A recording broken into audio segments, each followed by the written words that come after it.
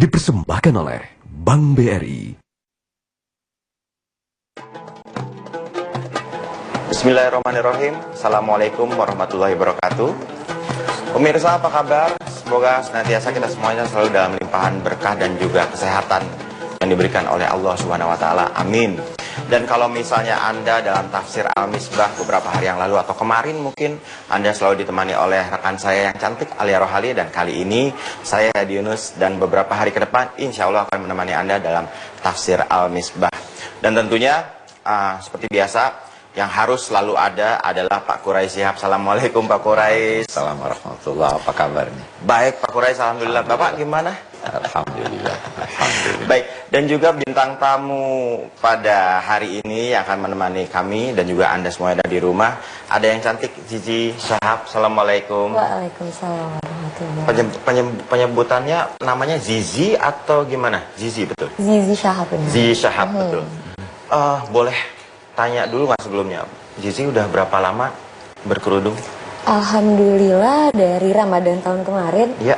Jadi udah mau 1 tahun. Udah mau 1 tahun ya, alhamdulillah. Sudah semakin mantap berarti. Alhamdulillah. Alhamdulillah, makanya dipilih untuk menjadi bintang tamu pada hari ini. Baik, pada hari ini kita, Pak Quraisy tentunya akan membahas uraian surat Al-Isra yang akan dimulai dari ayat ke 58. Pak Quraisy silakan dimulai. Baik, bismillahirrahmanirrahim. Kita baca dulu ayat 58. Ayat 58 menyatakan a'udzubillahi minasyaitonirrajim. Wa in min qaryatin illa nahnu muhlikuha qabla yaumil qiyamah aw mu'adzibuha 'adzaban syadida kana dzalika fil kitabi mastura.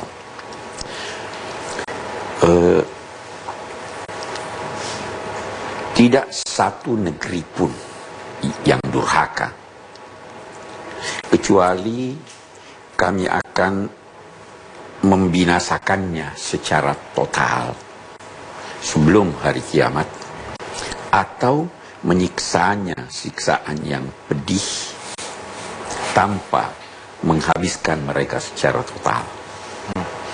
Itu telah termaktub dalam kitab yang tidak berubah. Itu telah berada dalam pengetahuan Allah yang tidak pernah keliru atau terlupakan. Apa maksudnya? Jelas dalam kehidupan kita dewasa ini dan kehidupan masyarakat yang lalu ada saja orang-orang durhaka. Tetapi kalau dalam suatu negeri itu kedurhakaan sedemikian merajalela, maka Tuhan telah menetapkan bahwa kebenaran itu harus muncul. Maka untuk munculnya kebenaran tadi secara utuh, penduduk negeri yang durhaka ini bisa jadi dibinasakan secara total oleh Tuhan. Umat Nabi Nuh habis kecuali beberapa orang. Ada umat-umat yang lain yang keadaannya seperti itu, dibinasakan secara total, sehingga tidak lagi ada bekas dari kejahatan mereka di negeri itu. Kalau tidak dibinasakan secara total, maka itu mereka dalam perjalanan sejarahnya akan disiksa dengan siksa yang pedih.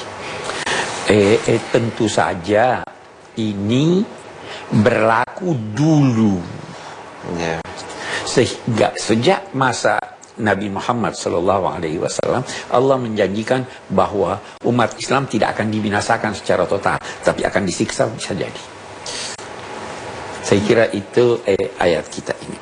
Mengapa mereka itu sampai disiksa, sampai dibinasakan? Sebabnya adalah karena setiap negeri, setiap masyarakat telah datang kepada mereka peringatan-peringatan Tuhan dan petunjuk-petunjuknya. Namun ada di antara mereka yang tidak percaya. Nah, yang tidak percaya ini oleh Allah Subhanahu wa Ta'ala diberikan kepada mereka bukti-bukti bahwa utusan Tuhan yang datang kepada mereka itu benar-benar adalah utusannya. Nah, bukti-bukti itu yang dibawa oleh para nabi adalah mukjizat-mukjizat. Kaum musyrik di Mekah minta juga mukjizat. Kami mau bukti, wahai Nabi Muhammad, bahwa memang engkau adalah utusan Tuhan. Tapi permintaan mereka itu adalah bukti-bukti yang bersifat indrawi. Dia misalnya, mereka misalnya di ayat-ayat ini akan kita lihat, mereka misalnya minta, coba kami mau lihat itu malaikat turun. Coba kami mau lihat itu ada surat yang ditujukan pada kami dari Tuhan. Kami mau lihat itu kitab suci Al-Quran ini turun dari langit. Coba kami mau lihat, kalau memang kamu benar, jatuhkan langit itu. Coba kami mau lihat, kamu mempunyai rumah dari emas. Ya kan? Nah, Allah Subhanahu wa Ta'ala pada ayat berikutnya ini menyatakan, "Wa ma mana'ana an nursila bil ayati illa an kazzaba bihal awwalin." Kami sudah tidak akan lagi menurunkan bukti-bukti seperti usul-usul kalian, yakni bukti-bukti yang bersifat indrawi, karena pengalaman kami, karena dahulu umat-umat itu diberikan bukti-bukti yang bersifat indrawi, mereka tetap tidak mau percaya. Kalau kami berikan kepadamu sekarang bukti-bukti yang bersifat indrawi, bisa jadi berkata, oh, kami dihipnotis, kami disihir. Jadi Allah Subhanahu wa Ta'ala memberikan bukti-bukti itu kepada Nabi Muhammad Sallallahu Alaihi Wasallam bukan dalam bentuk indrawi, tetapi dalam bentuk akli yang bisa difikirkan. Iya toh? Itu dia. Dulu firman Allah memberi contoh. Dulu kaum Nabi Saleh kami beri unta. Sangat jelas bukti dari kehadiran unta itu. Mereka itu pemahat-pemahat yang sangat mahir. Mereka minta, wahai Nabi Saleh, coba pahatkan kami unta sehingga bisa terlihat seakan-akan hidup. Allah memberikan dia dari gunung, dibuatkan unta yang benar-benar hidup, bukan lagi seakan-akan hidup. Mereka bisa melihat untanya, mereka bisa memerah susunya dan lain-lain sebagainya. Kita lanjutkan nanti. Ya, baiklah. Tadi kalau sedikit pertanyaan mungkin dari yang indrawi itu hampir sama dengan wujud mungkin ya? Iya, yang jadi inginnya wujudnya wujud terjangkau oleh panca indera. Iya. Baiklah, semakin menarik kayaknya pembicaraan tentang pembahasan yang dimulai dari ayat 8 surat Al-Isra. Nanti kita akan lanjutkan masih tetap dalam tafsir Al-Misbah. Ya. Anda takut tidak lulus ujian, tidak lari, belajar. Ya. Anda takut kepada Tuhan, mendekatlah kepadanya.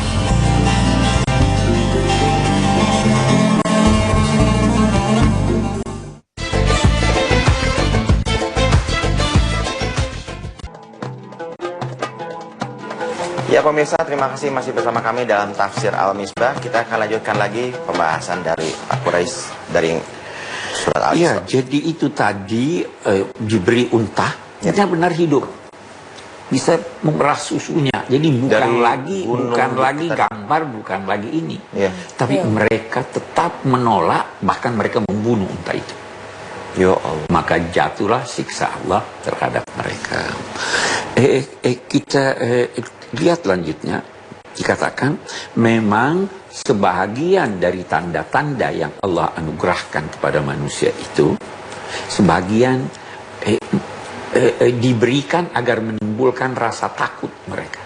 Nah, kita garis bawahi, banyak dorongan orang untuk mendekat kepada Tuhan. Salah satu di antaranya yang terkuat adalah rasa takut. Kalau Anda takut pada sesuatu, ya toh, takut itu bermacam-macam. Anda bisa takut pada singa, Anda lari. Ya. Anda takut tidak lulus ujian, tidak lari, belajar. Ya. Anda takut kepada Tuhan, mendekatlah kepadanya. Ya toh, jadi supaya mendekat. Baik, kita lanjutkan.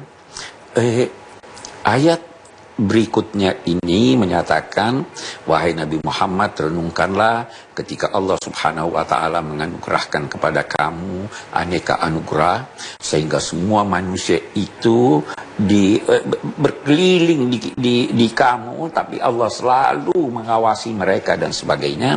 Dan salah satu daripada anugerah yang diberikannya kepada kamu itu adalah pandangan yang engkau lihat. Apa maksudnya pandangan yang engkau lihat? Bisa jadi mimpi, ya. Bisa jadi pandangan yang beliau lihat ketika melakukan Mi'raj. Mimpimu itu atau pandanganmu yang engkau lihat pada waktu Mi'raj itu kami tidak berikan kecuali untuk ujian bagi manusia. Waktu Mi'raj beliau melihat sekian banyak hal dengan pandangan mata beliau. Waktu itu beliau sampaikan, orang berkata bohong. Nah, ujian buat manusia, apakah kalian percaya atau tidak? Nah, pernah Nabi bermimpi bahwa Allah menjanjikan saya untuk masuk menguasai kota Mekah. Sebagian sahabat menduga bahwa itu pada tahun tersebut. Ternyata tidak. Nah, ini ujian juga buat manusia. Bahwa mereka harus percaya pada Nabi menyangkut apa yang beliau sampaikan. Nah, itu maksudnya. Baru dia katakan, wasyajaratal mal'una. Syajarah itu pohon. Ya kan? Pohon yang terkutuk. Apa maksudnya pohon yang terkutuk? Ada yang berkata, pohon yang terkutuk itu kelak di hari kemudian, di sumber terdalam dari api neraka ada pohon namanya pohon zakum. Itu sangat-sangat pahit, penuh duri. Karena pahitnya, karena menyiksanya, dia dinamai pohon yang terkutuk. Itu satu pendapat. Ada lagi yang berkata pohon yang terkutuk itu begini kira-kira. Kita kalau punya menggambarkan keturunan seseorang, itu kan pohon. Yeah.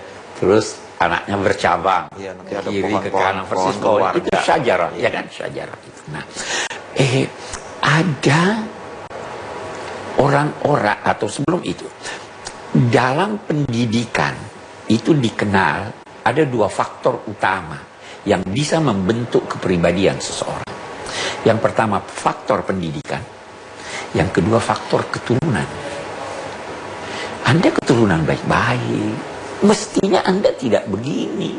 Karena itu memang wajar, itu keturunan orang jahat, ya kan? Nah, ada yang dinamai Tuhan oleh ayat ini keturunan yang terkutuk. Artinya dia punya gen tidak baik. Akarnya udah nggak bagus. Akarnya sudah tidak baik, ya kan? Yeah. Nah, memang pakar-pakar pendidikan berkata kita atau mereka berbeda pendapat apa yang dominan, apakah faktor keturunan ataukah faktor pendidikan. Nah, saya duga keras kalau hemat saya itu faktor pendidikan, karena bisa saja ada orang tuanya jelek dia jadi baik. Yeah. Bisa jadi juga orang tuanya baik, dia jadi jelek. Ya. Tapi bahwa gen mempunyai pengaruh, itu jelas. Karena itu agama berkata, kalau mau cari pasangan yang keturunan baik-baik. Iya kan? Itu kalau kata orang Jawa bibit bebet bobot. Bibit bebet bobot. Iya kan? Nah, ini yang dimaksud. Baiklah. Wa nukhawwifuhum fama yaziduhum illa tughyanan wa kufra. Kami tambah lagi peringatan kami agar mereka takut, tapi justru mereka menjauh dari tuntunan-tuntunan ini. Baru selanjutnya di sini dia bercerita, ayat-ayat kita berikutnya ini bercerita tentang peristiwa kejadian Adam dan pengalamannya bersama iblis. Kita semua tahu, beberapa kali kita sudah bicarakan hal tersebut. Di sini dikatakan, renungkanlah ketika kami berfirman kepada malaikat, sujudlah kepada Adam. Mereka semua sujud, tetapi iblis enggan sujud. Dia berkata, apakah wajar saya sujud kepada siapa yang engkau ciptakan dari tanah. Alasannya, saya tidak wajar sujud, saya dari api. Api lebih mulia dari tanah. Sebenarnya tidak benar api lebih mulia dari tanah. Tanah dibutuhkan oleh manusia dan binatang. Binatang tidak butuh api. Ya, Pak? Yeah. Tanah itu konsisten. Dia di bawah tanah sekian banyak hal yang bermanfaat. Api selalu ini. Tetapi bukan itu masalahnya. Masalahnya adalah jangan pernah menjadikan asal kejadian Anda atau keturunan Anda sebagai faktor yang menjadikan Anda dinilai mulia. Kemuliaan pada nilai-nilai yang Anda anut. Kemuliaan pada kebaikan yang Anda sebarkan. Bukan pada keturunan Anda. Iya kan? Ya. Oke. Berarti kita tahan dulu Pak Quraisy, boleh Pak Quraisy? Silahkan. Karena akan ada yang lewat dulu. Oke. Jadi sudah sampai pembahasan tentang asal muasal ya Pak Quraisy. Iya. Nanti kita akan kembali lagi pemirsa dalam tafsir Al-Misbah.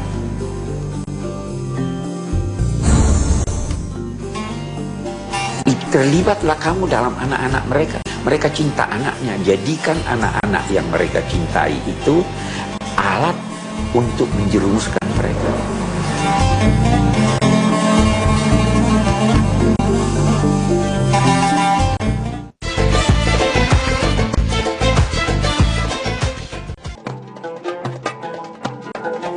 Kita kembali lagi ke dalam tafsir Al-Misbah, pembahasan tentang surat Al-Isra yang dimulai dari ayat 58. Silahkan dilanjutkan lagi Pak. Baik, jadi iblis enggan sujud. Ya. Kemudian dia berkata, coba jelaskan padaku wahai Tuhan, apakah ini, kata ini itu menghina, ini yang kamu jadikan lebih mulia dari aku, karena engkau menyuruh saya sujud kepadanya. Apakah yang ini yang wajar saya sujud padanya? Sungguh seandainya engkau mengabulkan permohonanku agar aku dapat hidup sampai hari kemudian, pasti dia katakan sini la ahtanikanna dzurriyyatahu. Itu maksudnya begini, pasti saya akan meletakkan kendali di mulut anak cucunya. Apa maksudnya meletakkan kendali? Itu kuda kita letakkan kendali di mulutnya. Ya, untuk apa itu? Supaya bisa diarahkan kemana kita mau. Ya. Pasti saya akan menggoda anak cucunya, saya akan jadikan dia di bawah kendali saya. Kecuali sedikit di antara mereka yang saya tidak mampu kendalikan. Jadi ada yang tidak mampu dikendalikan. Allah berfirman, silahkan lakukan apa yang kamu mau lakukan. Izhab. Tapi ingatlah bahwa siapa di antara manusia yang mengikutimu, dia juga akan masuk ke dalam neraka. Baru Allah melanjutkan. Ini godaannya setan sekarang ini digambarkan. Wastafziz man istata'ta minhum bisautika wajlib alaihim bikhailika warijlika. Istafziz itu artinya ciptakanlah kondisi yang menjadikan anak cucu itu melakukan kegiatan-kegiatan yang berdampak buruk baginya. Kompori dia, panas-panasi dia. Silahkan lakukan apa yang kamu mau lakukan. Gunakan bisautika dengan suaramu. Bisa jadi dengan nyanyian ini. Iya. Oh iya. Iya, ada nyanyian yang mengantar kita kepada keburukan atau tidak. Kalau nyanyiannya bagus, kayak Edi punya nyanyian, ya kan? Kan mengantar kita mengingat Tuhan itu bagus. Nah, bisa juga sautika komandomu, karena suara keras itu. Nah, bisa juga jadi kata sautika ini bisa luas sekali maknanya. Ya. Terus wajlib alaihim bi khailika wa rijlika. Kumpulkan kau punya tentara berkuda dan infanterimu. Maksudnya apa? Kumpulkan kekuatanmu seluruhnya, kekuatan militer. Kalau ini tadi saut, suara, isu-isu propaganda dan sebagainya. Ada setan enggak yang kayak gitu? Ada. Banyak. Banyak kan? Wasyarikhum fil amwali wal aulad.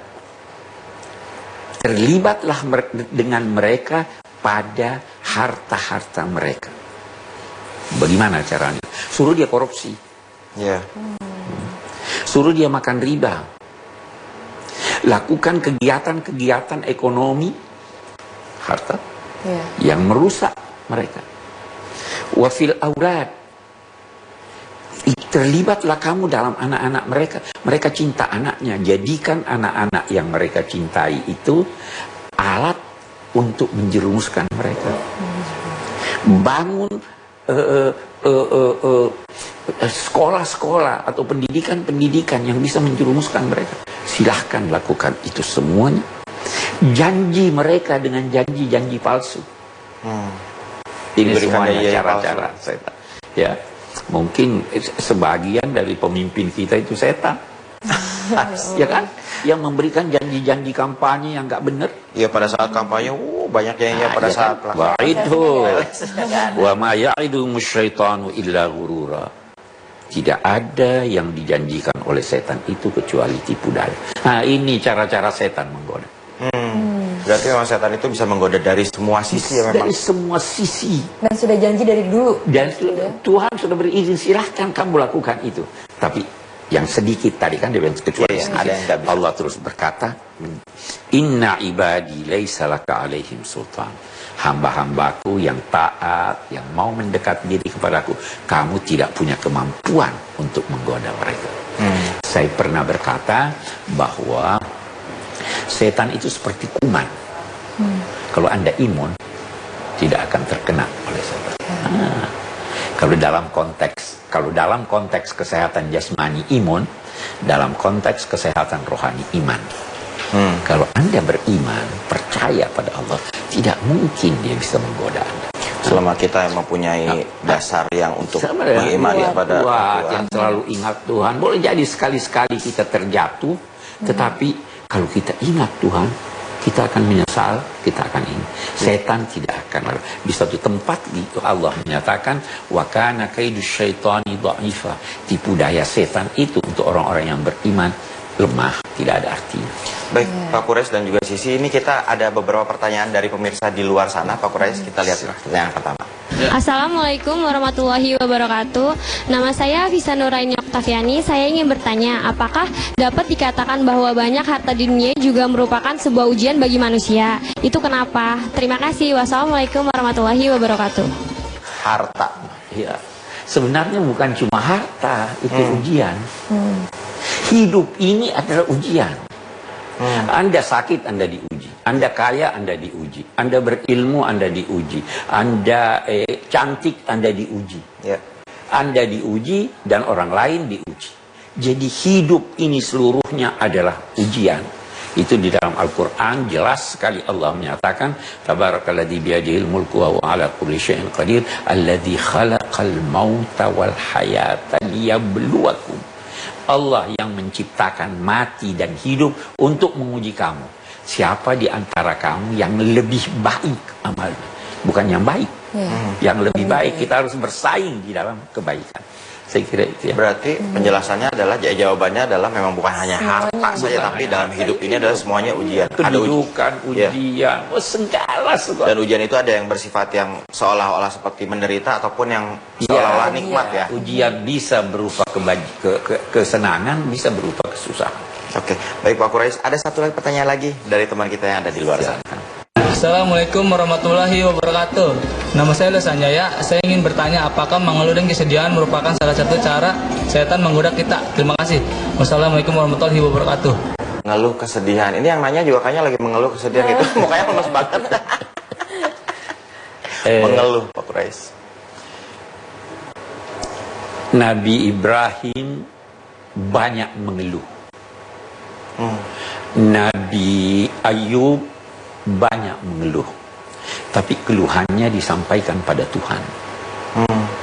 Curhatnya sih. Ya Allah, ini begini, ini begini. Anda boleh mengeluh kepada manusia, tetapi yakinlah bahwa yang bisa menghilangkan keluhan Anda hanya Allah Subhanahu wa Ta'ala. Nah, Ketika ditimpa sesuatu dan Anda mengeluh, jangan jadikan keluhan itu hambatan untuk melakukan sesuatu yang positif. Lantas berpangku tangan, udahlah begini, bukan itu. Sangat manusiawi seseorang yang ditimpa hal-hal yang tidak menyenangkannya, lantas dia mengeluh. Itu manusiawi. Tetapi jangan keluhan itu menjadi sebab untuk terhambatnya kebaikan. Saya kira itu. Berarti mengeluh itu memang sangat manusiawi sebetulnya. Sangat Selama manusiawi. mengeluhnya juga lebih positif lagi kalau memang kita mengeluh langsung sama Allah gitu Pak. Baiklah, setelah ini mungkin Zizi mau banyak pertanyaan ke Pak Quraisy, dipersilakan, monggo. Dan untuk pemirsa yang ada di rumah, kita akan tetap kembali dalam Tafsir Al-Misbah.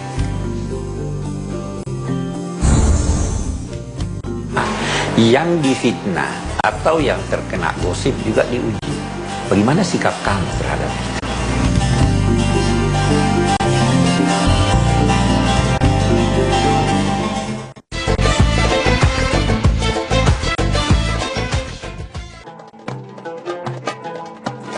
Kita kembali lagi ke dalam Tafsir Al-Misbah. Dan sekarang mungkin saatnya, dari tadi sih kayaknya Zizi udah mau nanya tapi banyak yang ditahan dari tadi mau ngomong, tapi gak enak untuk memotong Pak Quraisy berbicara. Sekarang Zizi silakan. Jadi gini, tadi sih dengar penjelasan di ayat yang awal soal bencana, musibah, ujian. Apakah itu bagian dari takdir atau itu efek atau dampak dari yang dilakukan si manusia itu? Tidak ada sesuatu pun yang terjadi di alam raya ini, baik itu positif maupun negatif, kecuali takdir. Jadi keliru itu orang yang berkata lahir, jodoh, mati, takdir. Bukan cuma itu, Anda duduk di sini adalah takdir. Itu dulu satu. Nah, takdir itu sistem yang ditetapkan Tuhan. Dampak dari sistem itu yang ditetapkan Tuhan. Saya akan beri contoh. Saya punya batu, saya lempar ke tembok itu batu tidak akan melenting. Ya. Saya punya bola, saya lempar ke tembok itu, dia melenting. Itu takdir. Nah, sekuat saya melempar, sekuat itu pula lentingannya. Kalau keras, jauh. Kalau lemah lembut, dekat. Nah, Tuhan sudah atur semua itu.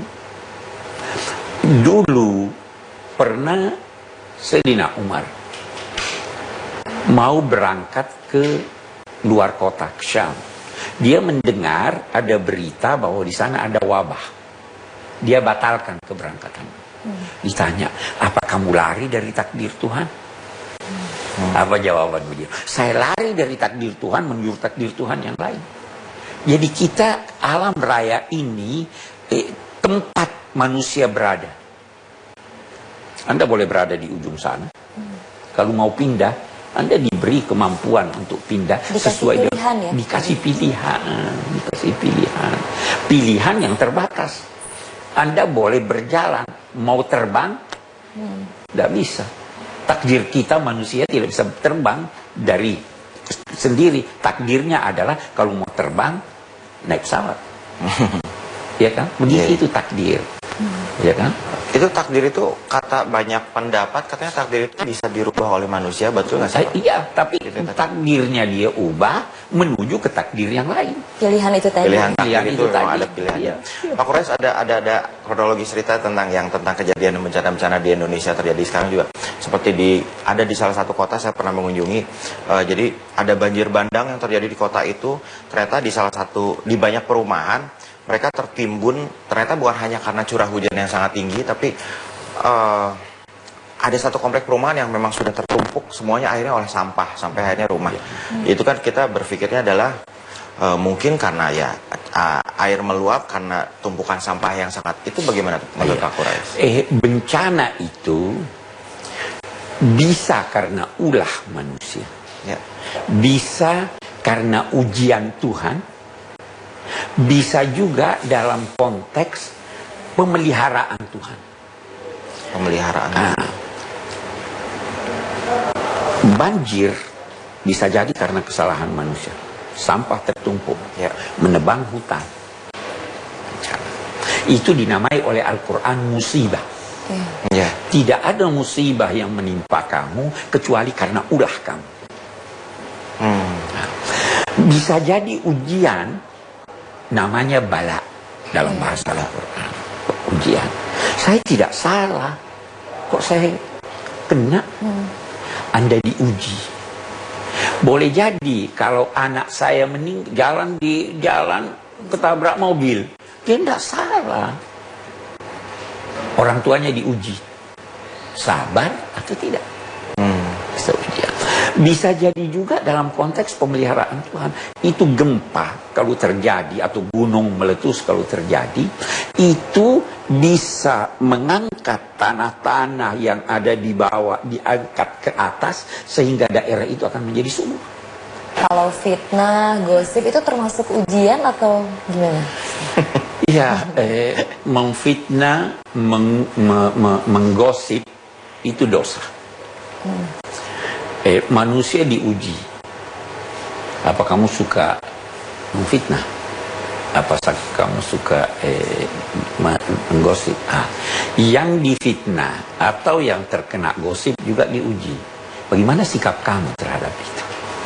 Apakah kamu berusaha membela diri? Menjelaskan bahwa itu tidak benar. Apakah kamu meledak-ledak? Itu juga ujian, ya kan?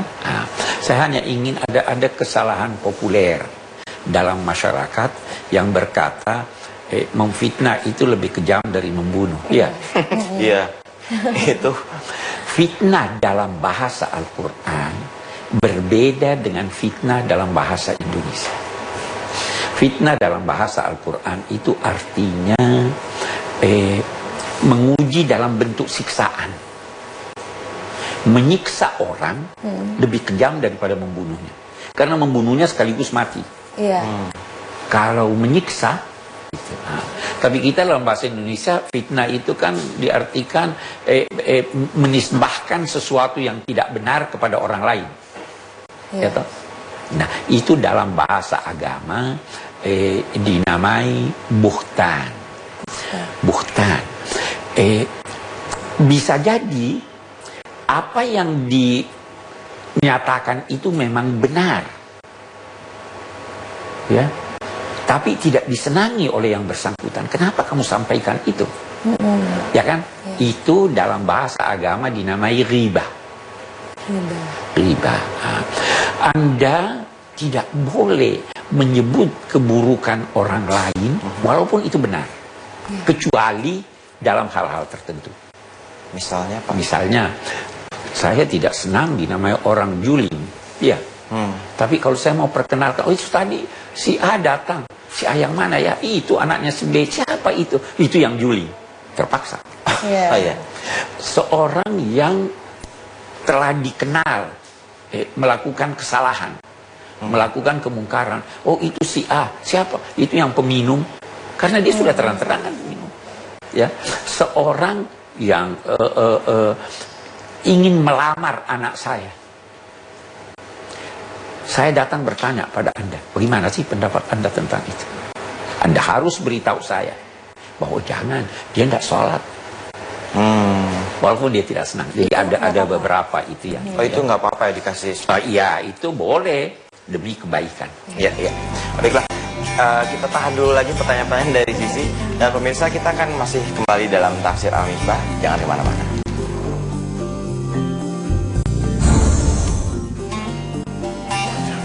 Menjadikan Jakarta tidak akan banjir dalam 6 bulan. Maksudnya tidak. Itu janji-janji setan.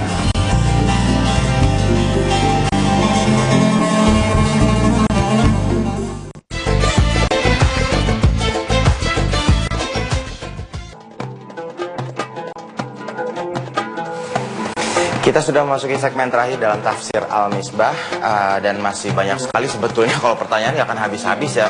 Pak Quraisy, tadi kalau saya mau nanya tadi tentang janji-janji yang diberikan oleh seseorang ataupun siapapun kepada siapapun ya, seseorang ataupun kepada masyarakat banyak. Misalnya janji dari seorang calon pemimpin yang akan tadi mungkin ya di sini dengan kampanye dan sebagainya, tapi pada saat sudah terpilih dan ternyata janjinya tidak banyak yang tidak dipenuhi, apakah dosa yang dilakukan oleh si pemimpin tadi di apa namanya oleh pengikutnya juga itu dapat dosanya juga nggak Pak? Tidak dong. Kan pengikutnya yang ngebelain Pak. Nah, kalau dia belain Tim Iya, to the point ya. tim sukses. Aku berusaha untuk Ini. halus nih. Oke, kalau kita katakan tim suksesnya, sadar enggak tim suksesnya bahwa janji ini sebenarnya mustahil akan wujud? Ah ya, biasanya ada yang sadar deh. Iya. Saat satu orang misalnya berkata, kalau saya jadi pemimpin, setiap orang pendidikan akan menjadi gratis sampai fakultas. Mampu nggak negara? Nggak logik. Ya, nggak logik. Artinya jangan janji begitu dong. Ya. Ya kan itu kalau yang mendukung dia, katakanlah tim suksesnya berkata begitu atau pimpinannya berkata begitu dan dia restui, dia merestui kebohongan. Ya.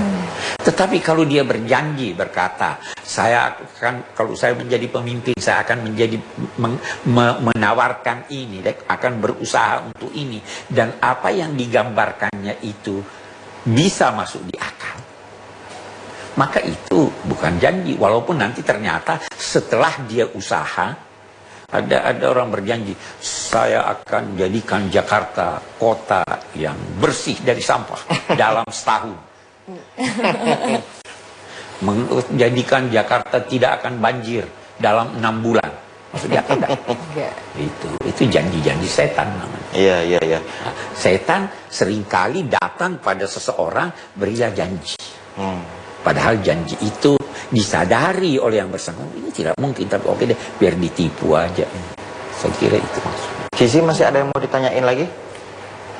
Sudah cukup ya. Nanti jadi curhat kalau nanti jadi curhat kebanyakan. Apalagi soal gitu kita tadi. Kesimpulan Pak Quraisy. Kesimpulan. Mari kita lihat kesimpulannya. Kita ada di sini.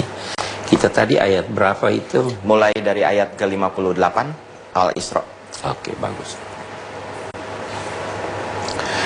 Yang pertama, kesimpulan kita, memaparkan bukti-bukti yang bersifat indrawi dapat dibenarkan bila yang dihadapi adalah masyarakat yang belum mencapai kedewasaan berpikir. Nabi-nabi yang lalu itu memaparkan bukti-bukti yang bersifat indrawi karena belum dewasa pikirannya. Itu seperti membujuk anak buat makan. Perlu dibujuk atau tidak? Ya. Kalau Hedi ada makanan perlu dibujuk, Gak usah Pak. Tidak perlu. Makan sendiri. Ya kan begitu. Nabi Muhammad sudah menghadapi masyarakat yang tahap pemikirannya sudah mulai matang. Jadi disuruh pikirkan saja. Kalau ini itu satu ya.